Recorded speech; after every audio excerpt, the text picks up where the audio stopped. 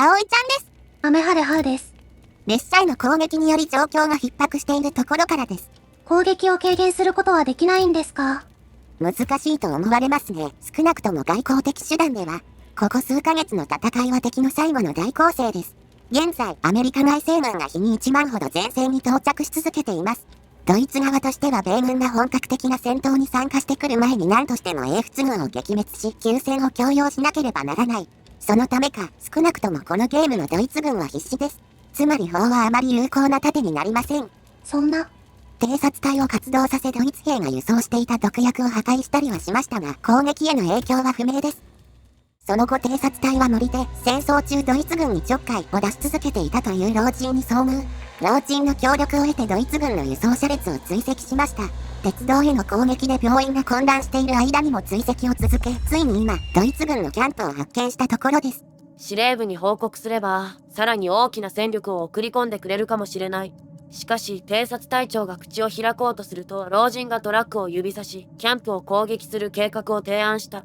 それは、偵察兵が敵の注意を引いている間、老人がトラックに忍び寄り、ガスタンクを爆発させてキャンプ全体を吹き飛ばすというものだ。時間がない。老人の計画に乗ります。偵察隊はキャンプの東側に忍び寄り、隊長の合図で敵キャンプに向けて発砲を開始した。敵が態勢を整えて応戦するまで、そう時間はかからなかった。小規模戦はすぐに本格的な戦闘へと変わり、偵察隊が徐々にしかし確実に敵軍に圧倒されていく中、決死の防衛に転じた。そして、トラックを撃破する時間は過ぎていった。老人が失敗したに違いない。隊長は退却しようとしたが、そこで部下の一人が被弾した。どうやら敵の戦力を見誤ったようだ。突然、銃撃戦の中、爆発が空気を切り裂いた。キャンプは火の海と化した。偵察隊がキャンプの残骸を探し回ったところ、砲弾とともに大砲の部品らしきものを発見した。どうやらドイツ軍は前方砲兵キャンプをどこかに設営しているようだ。ドイツ軍輸送部隊のキャンプを火の海にしましたが、戦闘で隊員のブランドン・クックを失いました。敵の砲兵キャンプが近くにあるらしきことが分かったので探索します。砲兵キャンプを追い払えれば、病院周辺への攻撃も止むかもしれない。心的外傷と科学的外傷のための薬品がつきました。生産できないんですか？できるらしいですが、改善を行う余裕がありません。注文はしたので列車の到着を待つしかないですね。4人目の外科医を注文します。こんなに外科医に偏って大丈夫なんですか？初見プレイなのでわかりません。また人員を増やすにも改善が必要で、改善には時間と費用が必要なので需要が急増しても即応できません。4人目から必要な採用症が増えてますし、他のスタッフを増やせと誘導しているのでは？とにかく外科手術を迅速に進めようとしているのでそんな考えはない。見捨てた。見捨てた。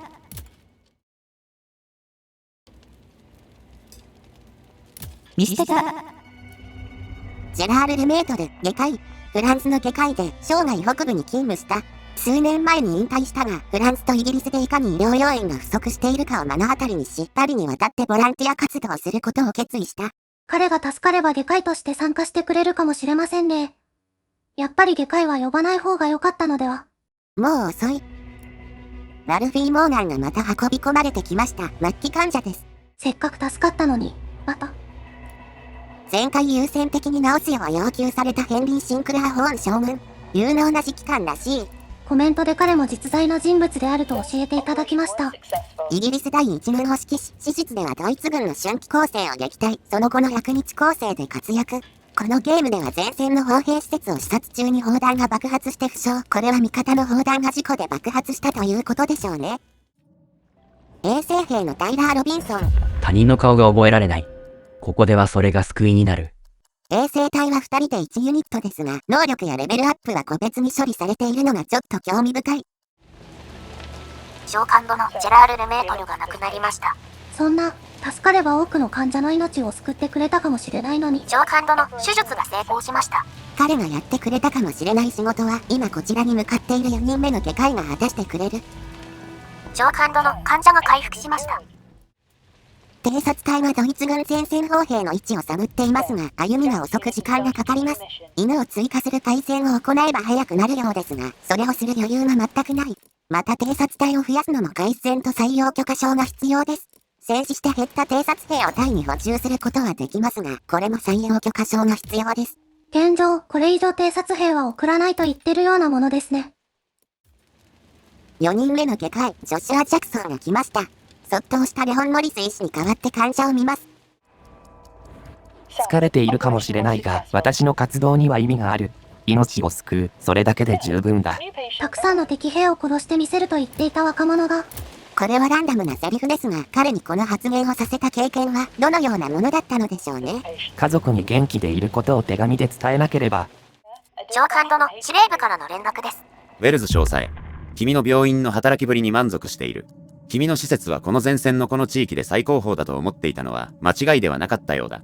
ホーン将軍を治療してくれたおかげで、フランスでの我々の努力は将来実を結ぶだろう。君のこれまでの功績を踏まえ、病院の成果が下がらなければ、近い将来、君の昇格を検討しよう。イギリス海外派遣軍元帥、ダグラス・ヘイグ。というわけでラルフィ・モーガンに加え、ホーン将軍は助かりました。私は今日、夢を見た。戦争が終わる夢だ。いつかその日は来る。上官殿、患者が回復しました。は今日のシフトはとても疲れた。は眠い。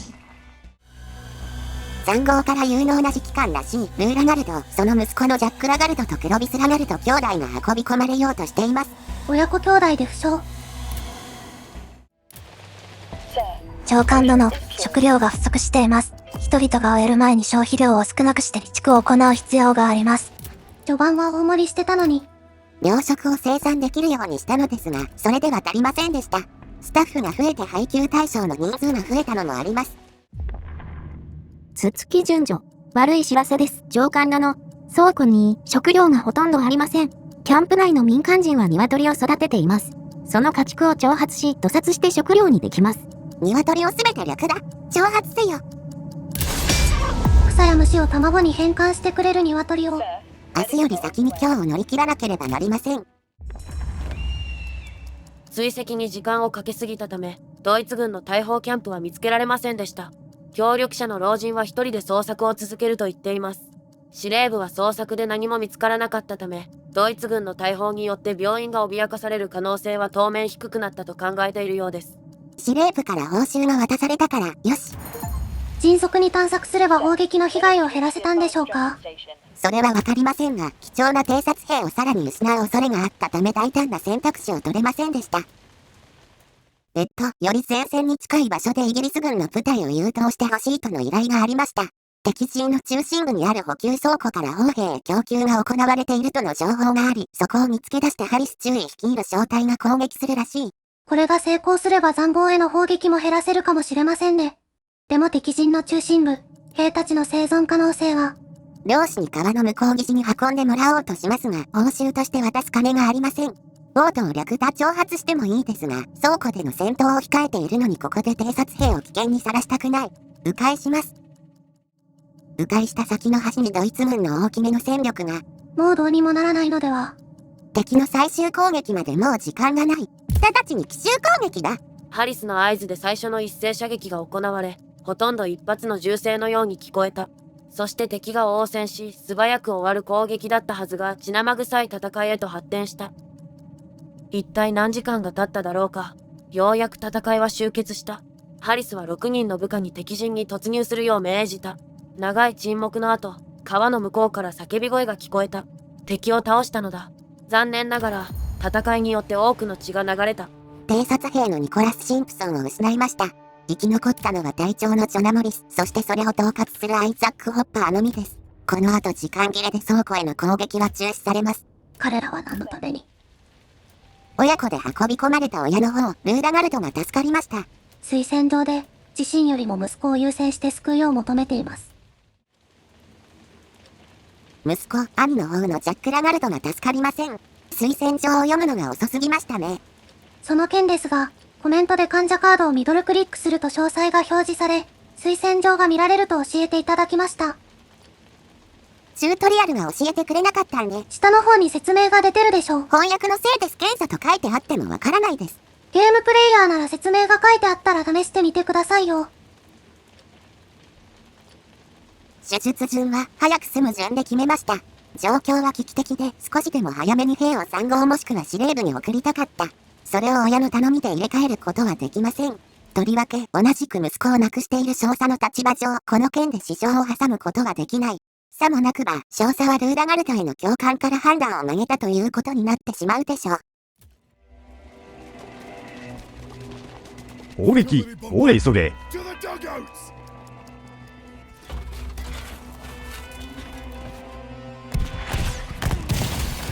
ぞ。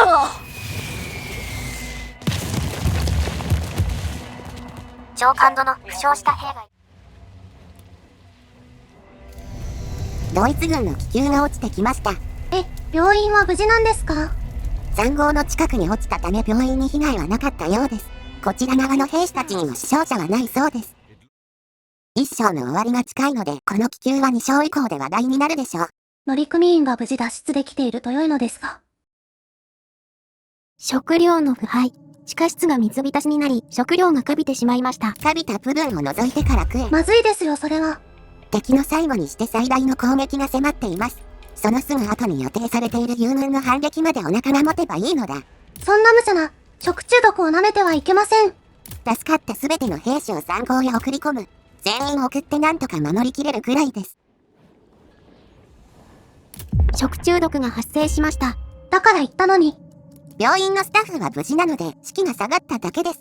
ひどい。見捨てた。2度目の負傷から回復し塹壕に戻っていたラルフィー・モーガンが心的外傷で運び込まれてきました。他にもたくさんの患者が、心的外傷医も薬品も全く足りません。外科手術を優先せざるを得なかったこの状況は仕方ない。見捨てた。もうどうしようもない。処理できない分は全員救護所から追い出せ。見捨てた。見捨てた。見捨てた。見捨てた。どこかにもっと缶詰があったような気がするんだが。食料がほとんどありません。キャンプ内の民間人は豚を育てています。その家畜を挑発し、屠殺して食料にできます。殺してくれ。最後の攻撃が来ます。ひたすら患者を助けて塹壕に送り返し、強力な戦力を用意しました。迎え撃て。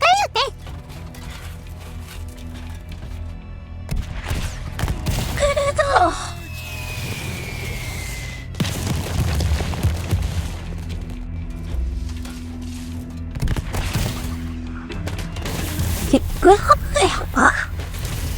これは化学砲弾、ガス砲弾です。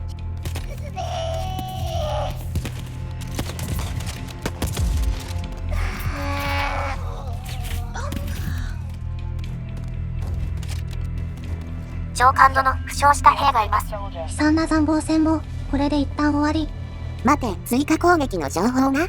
そんな、負傷兵を運ぶ時間すらありません。心的外傷から回復したラルフィー・モーガンを含め、リハビリセンターにいる全員を送り出せ。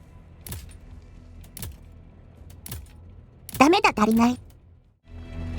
敵が攻撃を中止。1918年6月21日午前5時、反撃開始。今後数日間ドイツ軍の攻撃はないだろう。なんとか生き延びることができた。救った患者の総数126名。救えなかった患者の総数93名。病院で受け入れた民間人の総数5名。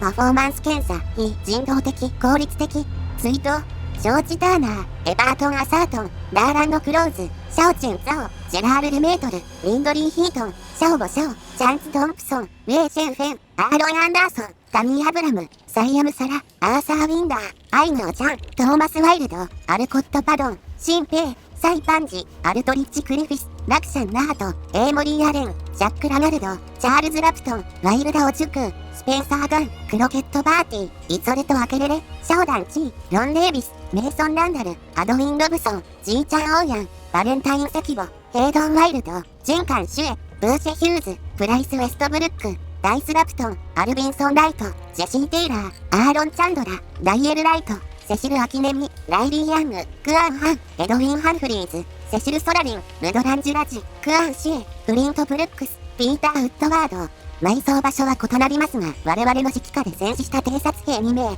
ブランドン・クック、ニコラス・シンプソン。彼らが安らかに眠れるよう祈ります。では、私はこれで。まあ。ひたすらこれを続けるのは嫌だ。安心してください。ミッションはもっと過酷らしい。さようなら。ハウちゃん。ねえ、お願い。もうダメだ。精神崩壊する。戦争の悲惨さを伝えたいよ。私で遊んでるだけでしょう。8月編に続く。チャンネル登録すると続編の投稿通知が登録チャンネルフィードに来ますよ。おいもう仕事しないで。